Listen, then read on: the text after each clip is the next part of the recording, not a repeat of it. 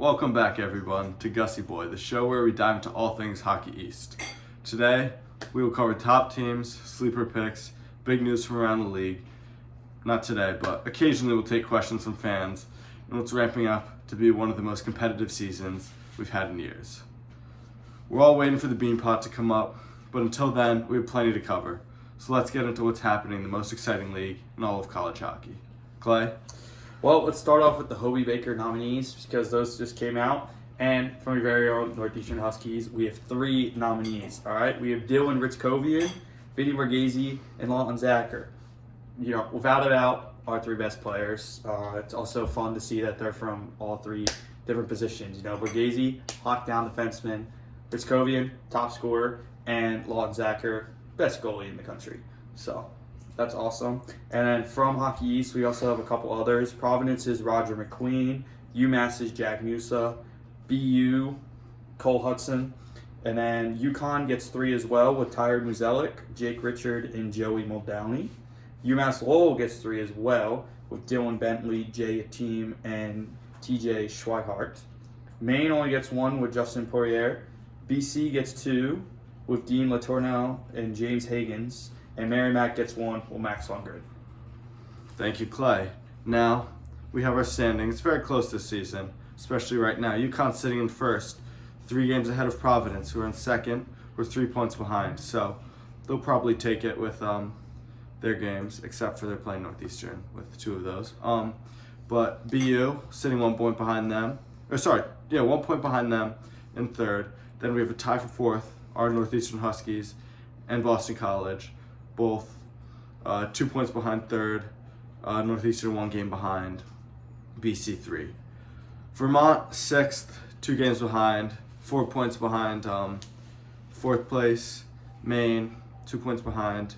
Vermont 2 games behind, as well. Merrimack tied for 7th with 1 game behind. And following right on their heels, we got number 9, Massachusetts, New Hampshire, and Lowell, 3, 4, and 2 games behind, respectively, each 1 point off of Maine and Merrimack. So, for our matchups of the week, we have a few. This week, some of us are venturing outside of the circle. UConn playing their little friends over in Connecticut in a wannabe bean pot with the Connecticut Ice Tournament. First game, 13 UConn is playing Yale.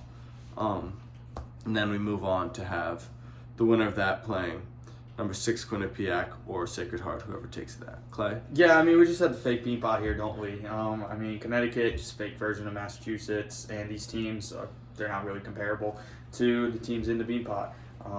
You know, UConn and Quinnipiac having great seasons in their own right, but Yale and Sacred Heart, I mean, honestly, just throw them away. The final is going to be Quinnipiac, UConn, and whoever takes it on that day is going to win. But, you know, with the bean pot, all 4 teams completely in contention. So I think that it's really, you know, just a fake bean pot. You know, I think Quinnipiac takes their game, so the UConn-Yale game, probably going to go to UConn, but, you know, never count Yale out.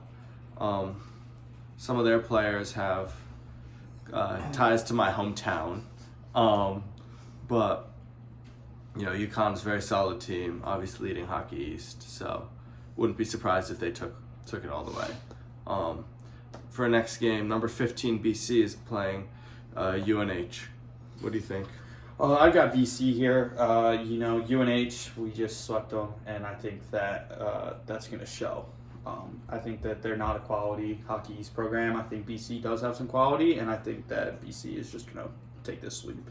Yeah, I think UNH has it this weekend. I think, you know, BC, yeah, they're pretty good. UNH, they had a rough weekend last weekend, you know, losing 2 games in a row to us. But, you know, not every team in Boston is this high caliber, or not every team who wants to play in Boston is this high caliber. You know, even though neither of our stadiums are in Boston. But anyway, UNH takes this one in my opinion. Now we have UMass Amherst versus Vermont. Clay? I think, you know, I've got to go Vermont here just for our MPI implications. Running late into the season now, just have to get every type of help we can get. And obviously losing twice to Vermont, we need them to win. UMass is also just not the team that everybody thought they would be in the beginning of the season. Ranked I think it was top 10 in preseason, and now they're, bottom of the barrel in Hockey East. I just think that Vermont is just going to prove that UMass are the frauds that everybody thinks they are. UMass obviously has a very good goalie, but other than that, I just don't see UMass having a chance here. Yeah, I mean, the goalie's been saving them all semester. I think puts up another masterclass this weekend and shuts out Vermont, and, UMass, not UMass, but if we're talking about Hockey East or MPI implications, I don't know if it's quite possible that we get into college hockey playoffs based off of implications, or based off of MPI, but I think it's nice to still go for it, but I think really what we got to focus on at this point for Northeastern is winning Hockey East, which comes in March. Moving on, we have number 17 Maine versus UMass Lowell. Yeah, I mean, Maine here, I know I've been favoring the higher seeds all day, and I think I'm just going to stick with that. I think the UMass Lowell is fine, but I think that Maine is a very good team. A little bit, they've just kind of been beaten down a little bit, but I think that they do have the quality, and I think that UMass, especially this late in the season, Maine needs to bump up against UMass Lowell, so they're going to take the sweep here. Yeah, I agree. I think, or do I agree? I think Maine has it this weekend. Maine is good program. They have their getting up all the hype off of Justin Poirier getting his Hobey Baker nomination. While Lowell still has 3 players, but really, can 3 players carry you this far? Sitting at the bottom of the league table, that's not what you want to see from a team that's showing up against Maine, who always puts something in. Now we have number 18 BU versus number 11 Providence, probably the most competitive game of the weekend. Clay, what do we think? I mean, like you said, 2 ranked teams going up against it here. Providence has been the better season, or has had the better season up to this point, and I think that it would be more exciting if they beat BU.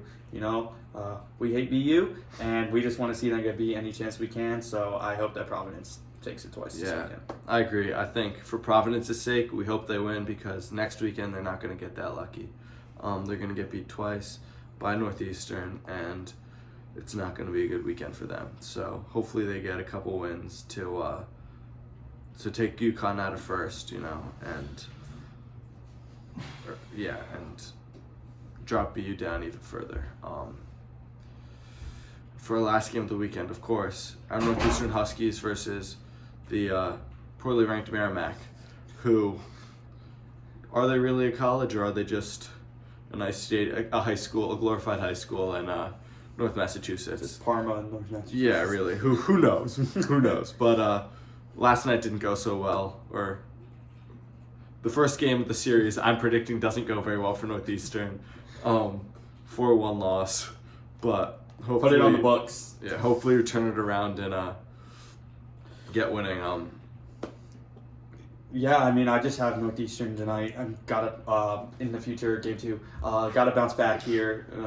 And especially, with that game in hand, we need to be maximizing our points out now. And it's just, I don't know how mathematically possible it is for us to make playoffs just strictly off ranking.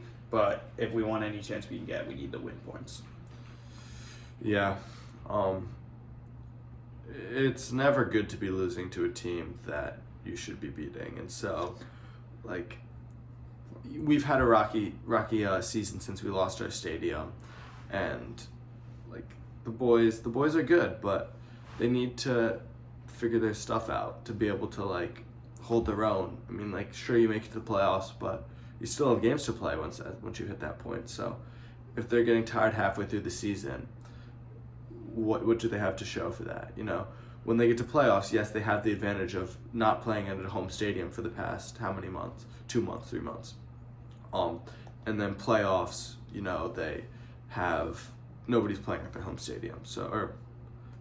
For the later games, nobody's playing at their home stadium. So yes, that'll help them there, but they have to get there first. They have to beat these earlier teams, the Hockey East teams that will put them in a better position to win their playoffs and playoff games and make it to the national playoffs and eventually the Frozen Four, which Clay said he'll be paying to fly us out to if we make it.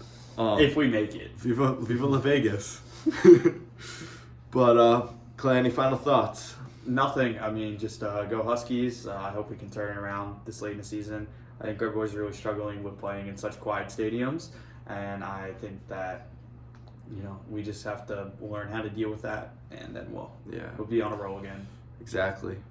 Thank you, everybody, for tuning in. We'll see you all next week. Go Huskies.